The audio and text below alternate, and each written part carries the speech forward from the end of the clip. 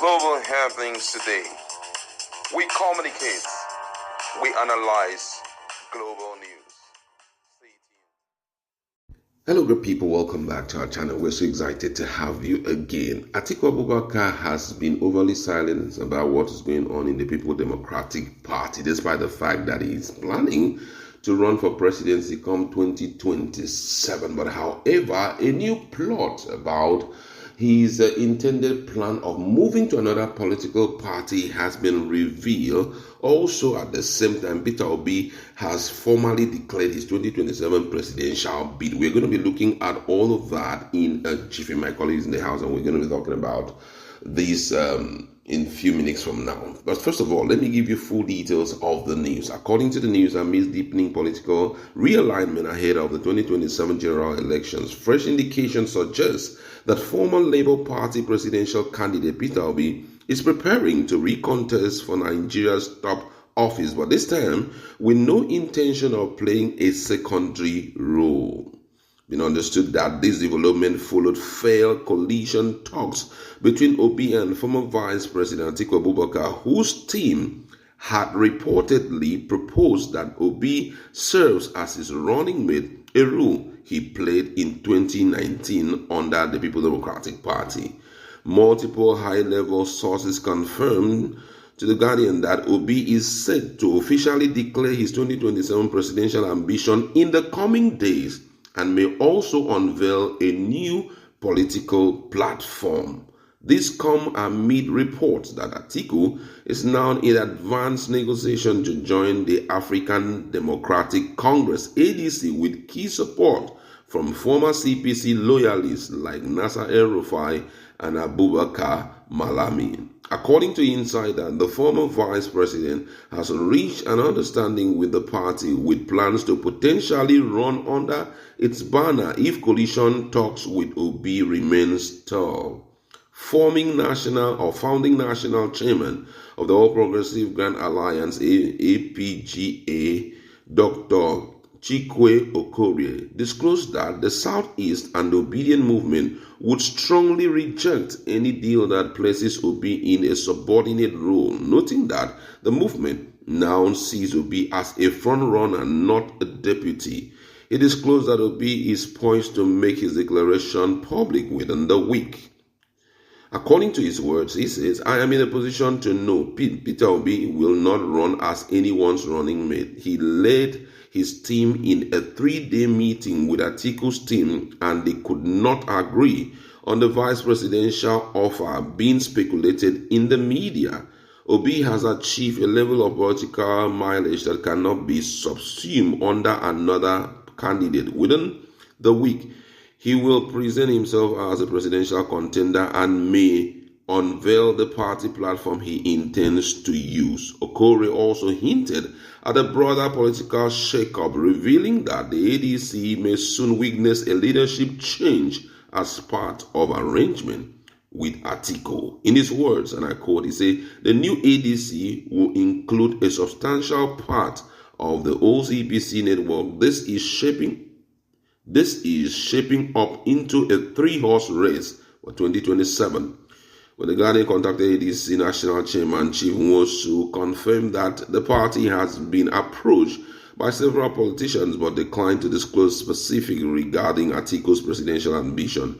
He affirmed that the party's primary and national convention would determine its standard bearer for the 2027 polls. Both Obi's team and Atiku's camp have since denied any running mate arrangement, calling such reports speculative and the works of fit columnists. Paul Ibe, Atiku's media aide, confirmed that talks are ongoing with various opposition leaders to form a broader coalition, but insisted that power lies with the people. In his word, at an event in Abuja, Obi declared that the only coalition I am in is a coalition against hunger, poverty, and poor education. Politics for me is not about position, it's about doing the right thing. The 2023 elections saw Obi galvanize millions of Nigerian youth and urban voters, especially in the Southeast and South-South, raising expectation that he will gain more attention come 2027. This is getting very interesting.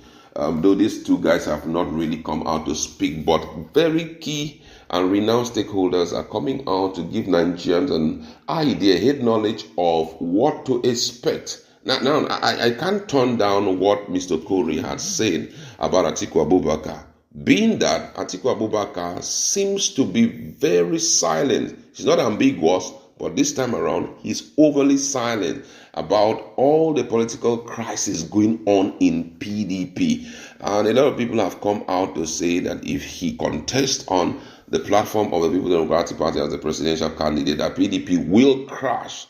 And so many other statements have come up. Don't forget that Wike is by the sideline watching who will feature at the end of the day. My colleagues in the house, and we just want to talk about this. What's the standpoint in respect to what is going on in the political scene, considering the fact that with reports we've heard thus far, it seems as though there is no way forward between Atiku Abubakar and Peter Obi as his running mate. Do you think that Atiku may be eyeing another southern politician? I would have just said that Atiku should just zukwanike. He should just rest. The truth be told, everybody understands that this is turn of the South.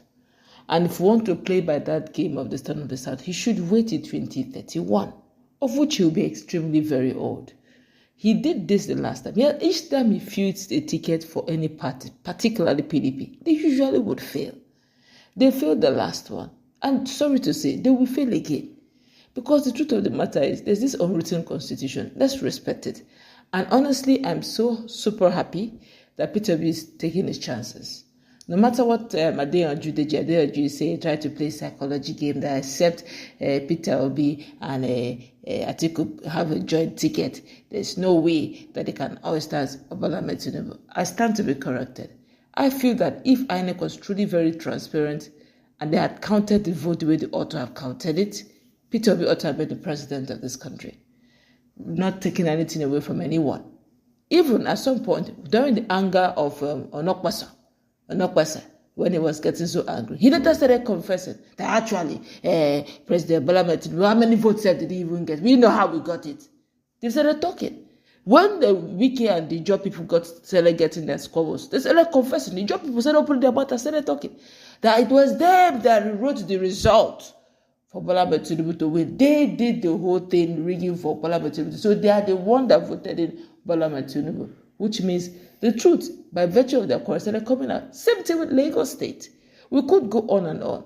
So Peter Obi already have the people's heart. And don't forget that for the past 2 years now, he has been moving as if he's doing campaign, going to the north, supporting them. They now know the face behind the name. Peter Obi is a force to be reckoned with. He had just 9 months and he was able to achieve that feat. Now he has 4 good years to campaign. He has been campaigning directly and indirectly. He has all it takes. All it now means is that for Peter Obi to now protect his vote when he gets it. Now, the big question most Nigerians are yet to get answers to is the issue of government structure. Don't forget that the determinant of this oftentimes has been INEC, and also the fact that you can get to a situation whereby the whole thing is hijacked. Virtually all the governors in the south, northwest, all of them are coming together and they are throwing their support behind the president. Someone say they are not up to 1,000, politicians who are doing all of this in terms of the high class. But then, looking at the situation of things, don't you think that these guys are the one controlling the machineries of the government and they can force the people in their own way? You should understand what I mean, for other people to accept Bola Ahmed Tinubu, and Peter Obi will still fail. Now that Peter Obi is not controlling the machineries of government, do you think that he will succeed if the people give him all the support? Let's tell ourselves the truth. If Nigerians want to take back their power, they can take it back. The only problem Nigeria has is that when it is politics time, these politicians know how to play this game. They'll just come with divisive rules, divisive idea. They'll just come with things that will divide the people, either religion or ethnicity or sentiment, but they'll just bring it in. But if Nigerians can unite, it will just be the elite, the corrupt elite versus the Nigerians. You just choose between being crying and hungry. Don't forget that Peter Obi is not a poor man, so he's not doing us a favor. But it's a case of him bringing himself in the line. It's for us to gather our vote. Like someone rightly suggested, we will be an INEC of our own. For every result, before there's nothing like glitches. Everybody guard your polling unit. Everybody's an agent. Before they upload it, everybody snaps the signed document. There will be a place where we have collation center uploaded online real time. It must work. It has to work. And for the only way we can do this to make it work, we should follow bomber to bomber. And let there be an education of some sort from all Nigerians. I hope it will work this time around, because I can still remember that some time ago, wherever Obi was winning at some particular places, they did, no, not glitches. We saw a situation whereby the INEC members, that the INEC refused to even mention that he won, refused to announce the result. They said, what we are hearing from above is that they shouldn't announce the result. So I just pray, it pulls through this time around. Let's meet in the conversation and talk more on this. What's the standpoint on the next move of Atiku Abubakar as it has to do with where he will be declared